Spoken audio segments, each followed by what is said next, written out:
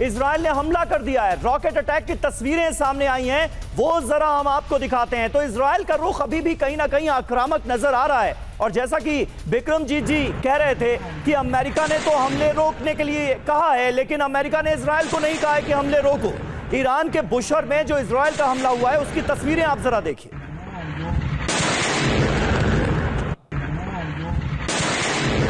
और हमला जो ईरान में हुआ है वो आप देख सकते हैं। ये देखिए कितना भीषण अटैक था, ये कितना जोरदार धमाका होता है। सिरजान में जिस जगह पर हमला किया गया वहां पर एक रॉकेट डिपो था, ये जानकारी सामने आ रही है और इजराइल ने इसे निशाना बनाया। बेंजामिन नेतन्याहू के बयान को कैसे देखते हैं, कैसे आंकते हैं? एक तरह की छटपटाहट नजर आ रही है कि ये डोनाल्ड ट्रंप ने क्या कर दिया, जंग तो अभी और चलनी चाहिए थी। देखिए, हमें थोड़ा सा बड़ी पिक्चर समझना निहायत जरूरी है। बड़ी पिक्चर यह है कि इजराइल के जो प्राइम मिनिस्टर हैं नेतान्याहू, वो नहीं चाहते हैं कि ये लड़ाई समाप्त हो जब तक उनका मेन मुद्दा जब हम बात करते हैं, ऑब्जेक्टिव की बात करते हैं, वो हासिल ना हो। लेकिन वो मुद्दा को हासिल करने के लिए काबिलियत होना भी ज़रूरी है। तो इजराइल का मुद्दा क्या था ये भी समझना ज़रूरी है। क्या वो न्यूक्लियर एनरिचमेंट के खिलाफ काम कर रहे थे या रेजिम चेंज के खिलाफ? तो उनके मुद्दे जो हैं 4-5 चीज़ें जो मिलिट्री ऑब्जेक्टिव के ये से आप बांध सकते हैं। एक है रेजिम चेंज।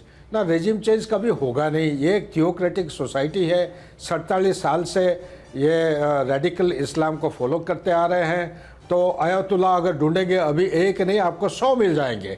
इतना डिसेंट्रलाइज हो रखा है, इकोसिस्टम पूरा बदल रखा है। सही बात। Dispersion of leader, dispersion of infrastructure, dispersion of उनकी जो command control and coordination centre जो है वो ऐसा कर रखे हैं ताकि वो बोलते हैं ना मकड़ी की जाल का एक धागा, एक थ्रेड टूट सकता है लेकिन पूरा जाल नहीं टूटेगी। हाँ। और जो मकड़ी हो वो बिल्कुल एक जगह वो स्टेबल स्टेटस में रहेगा। नंबर एक ये चीज़। दूसरा पॉइंट यहाँ पे है, वो चाह रहे ये एक एग्जिस्टेंशियल चैलेंज है इजिप्ट के लिए। ये एग्जिस्टेंशियल चैलेंज ना यूएस समझ पाएगा जो 11,000 किलोमीटर दूर है कहाँ से, ईरान से, ना इसको और कोई देश इसको सही तरीके से समझ पाएगा। इजराइल नहीं चाह रहा है कि ईरान यहाँ पे एग्जिस्ट करे मैप के ऊपर। ईरान नहीं चाह रहा है कि इजराइल मैप के ऊपर एग्जिस्ट करे। तो एक दूसरे के बीच में एक ये टक्कर जो है ये लगातार चलते रहेगा, ये इतना जल्दी खत्म नहीं होगा। तो मेरे विचार के मुताबिक संक्षेप में इतना कहूँगा कि इजराइल का एक डॉक्ट्रिन है, उसको कहते हैं ऑक्टोपस डॉक्ट्रिन। ऑक्टोपस का जो सर है वो ईरान है, जो उसके टेंटिकल हैं वो एक जगह हुतीज बैठे हैं, दूसरी जगह हमास, तीसरी जगह हिजबुल्लाह और चौथे जगह जो है हादिल अल साहिब बोलते हैं। हाँ, जी, तो प्रॉक्सीज हैं। वो टाइम टू टाइम इस डॉक्ट्रिन को कामयाब करने के लिए एक वो पद्धति या कॉन्सेप्ट चलाते हैं, उसको बोलते हैं माउ द ग्रास। हर 3-4 महीने में या 6 महीने में वो गोलाबारी करते रहेंगे, इनको कमजोर करके रखेंगे ताकि इनके ऊपर कंसिस्टेंट और परसिस्टेंट थ्रेड बन के ना रहे। इसको बोलते हैं माउ द ग्रास। जैसे ग्रास लॉन को माउ करते हैं, इसी तरह टाइम टू टाइम वो माउ करेंगे। मेरे नज़र में यही दिख रहा है, इसके अलावा और कोई रास्ता नहीं है। ये लड़ाई चलती रहेगी और शिया सुन्नी के बीच में जो लड़ाई अभी भी लागू है आगे के लिए भी चलती रहेगी। Back to you please. ठीक है, यानी आप ये महत्वपूर्ण बात कह रहे हैं कि लड़ाई अभी खत्म होने वाली नहीं है, ये लड़ाई आगे चलती रहेगी और शिया वर्सेस सुन्नी की जो जंग है, जो लड़ाई है, वो भी आगे बढ़ सकती है आने वाले वक्त में। और वो तो हम देख ही रहे थे, सीधे सीधे ईरान वर्सेस अरब मुल्क का जो मुद्दा है वो किस तरह से चरम पर पहुंचता हुआ नजर आ रहा था, तनाव कैसे बढ़ता हुआ नजर आ रहा था। और देखिए ईरान पर ट्रंप का एक और बड़ा बयान आया है। ईरान हमसे डील करना चाहता है, ट्रंप कह रहे हैं 5 दिन के अंदर ही डील संभव है। इतने पॉजिटिव नजर आ रहे हैं डोनाल्ड ट्रंप। ईरान पर डोनाल्ड ट्रंप का ये रुख देखिए, सीधे तौर पर ट्रंप की तरफ से कहा गया है कि ईरान हमसे डील करना चाहता है, 5 दिन के अंदर ही डील हो जाएगी। यह भी अब मुमकिन नजर आ रहा है डोनाल्ड ट्रंप को।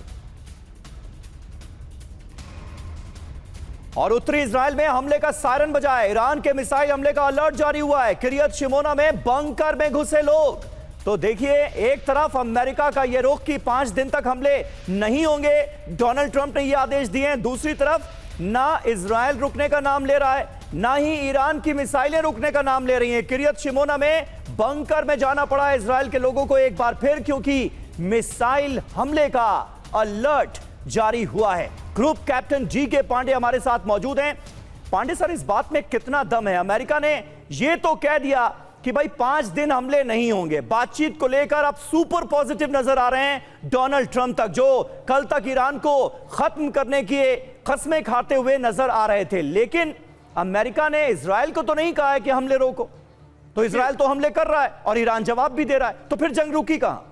देखिए, जंग तो बिल्कुल नहीं रुकी, और रुकेगी कैसे वो भी बहुत बड़ा प्रश्न चिन्ह है। जो बात कही जा रही है कि शायद रिजीम परिवर्तन हो गया है, ये एक उनका आंकलन है डोनाल्ड ट्रंप का। हालांकि डोनाल्ड ट्रंप जो बोलते हैं वो 4 घंटे बाद क्या वही रहेगा या उसका रूप बदल जाएगा, वो खुद भी शायद नहीं जानते। लेकिन यहाँ जो बात हो रही है कि कुछ बात डील हो रही है 2 दिन से और सार्थक हो रही है, उसके पीछे जो मेरा आंकलन है कि जो लार्को और रशिया और अमेरिका के बीच में कुछ बातचीत हुई है, यानी कि ट्रंप और पुतिन ने कुछ बातचीत किया, उसके बाद उनके दोनों विदेश मंत्री जो रूस के हैं और अगरची जो ईरान के हैं, इनके बीच में जो बातचीत हो रही है वो इशारा कर रहा है कि शायद रिजीम पॉजिटिव इंप्रूवमेंट चाहती है। ये शायद इसकी तरफ इंगित करना चाहते हैं डोनाल्ड ट्रंप, और पिछले 2 दिन से हो सकता बातचीत चल रही हो, इसमें शक नहीं किया जाता। लेकिन मुद्दा यह है कि 5 दिन क्या सचमुच वो लड़ाई रोक देंगे? क्योंकि लड़ाई जब शुरू हुई तो ऐसे हालात नहीं थे कि लड़ाई हो, बातचीत चल रही थी और काफी पॉजिटिव इंप्रूवमेंट हो रहे थे, लेकिन फिर भी लड़ाई हुई। तो अब ये 5 दिन का अल्टीमेटम क्यों? 3 दिन का क्यों नहीं? 10 दिन का क्यों नहीं? 1 महीने का क्यों नहीं? और रमजान का महीना था, वो चाहते थे तो वहाँ के लोगों का वो उनका एक साइकोलॉजिकल जो सिंपैथी भी ले सकते थे, लेकिन उन्होंने कहा नहीं 5 दिन। 5 दिन देखो, मेरा आंकलन ये कहता है कि 5 दिनों में जो उन्होंने खोया है, जो डैमेज हुआ है, उसको रिपेयर करेंगे, रिजुनेट करेंगे आपको और पुनर्स्थापित करेंगे। जो उनके दोस्त नाराज हो गए नाटो के कंट्रीज, उनको अपने साथ लाने का प्रयास करेंगे, क्योंकि वो जान गए हैं कि उनके अंदर जो कैपेबिलिटी है उससे ईरान को मात देना लगभग असंभव सा है। सबको लग रहा था कि जैसे जिक्र भी किया गया कि लीबिया, सीरिया और अफगानिस्तान का इतिहास हो सकता दोबारा दोहराया जाए, क्योंकि आप अगर इस वॉर से विड्रॉ करना चाहते हैं तो 3 ही रास्ते थे। या तो न्यूक्लियर ऑप्शन की तरफ जाएं, न्यूक्लियर ऑप्शन जाएंगे तो उनका जो एक सपना है डोनाल्ड ट्रंप का शांति पुरस्कार का, वो गायब नहीं मिलेगा। अगर वो जाएं कि बूट्स ऑन ग्राउंड, तो बॉडी बैग्स जाएंगे तो भी उनके लिए मुश्किल हो जाएगा। और वो जो सत्ता परिवर्तन की बात चल रही थी, वो नवंबर चुनाव में हो सकता है कि अमेरिका में हो जाए।